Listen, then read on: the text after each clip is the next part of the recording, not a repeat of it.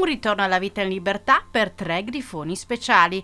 Alla riserva di Cornino è stato liberato un esemplare di ben 30 anni, nato in Spagna e arrivato in Friuli nel 1997, insieme a un adulto di provenienza ignota e un giovane inanellato in Israele, nato nel 2020 e giunto in Europa orientale durante le sue prime migrazioni.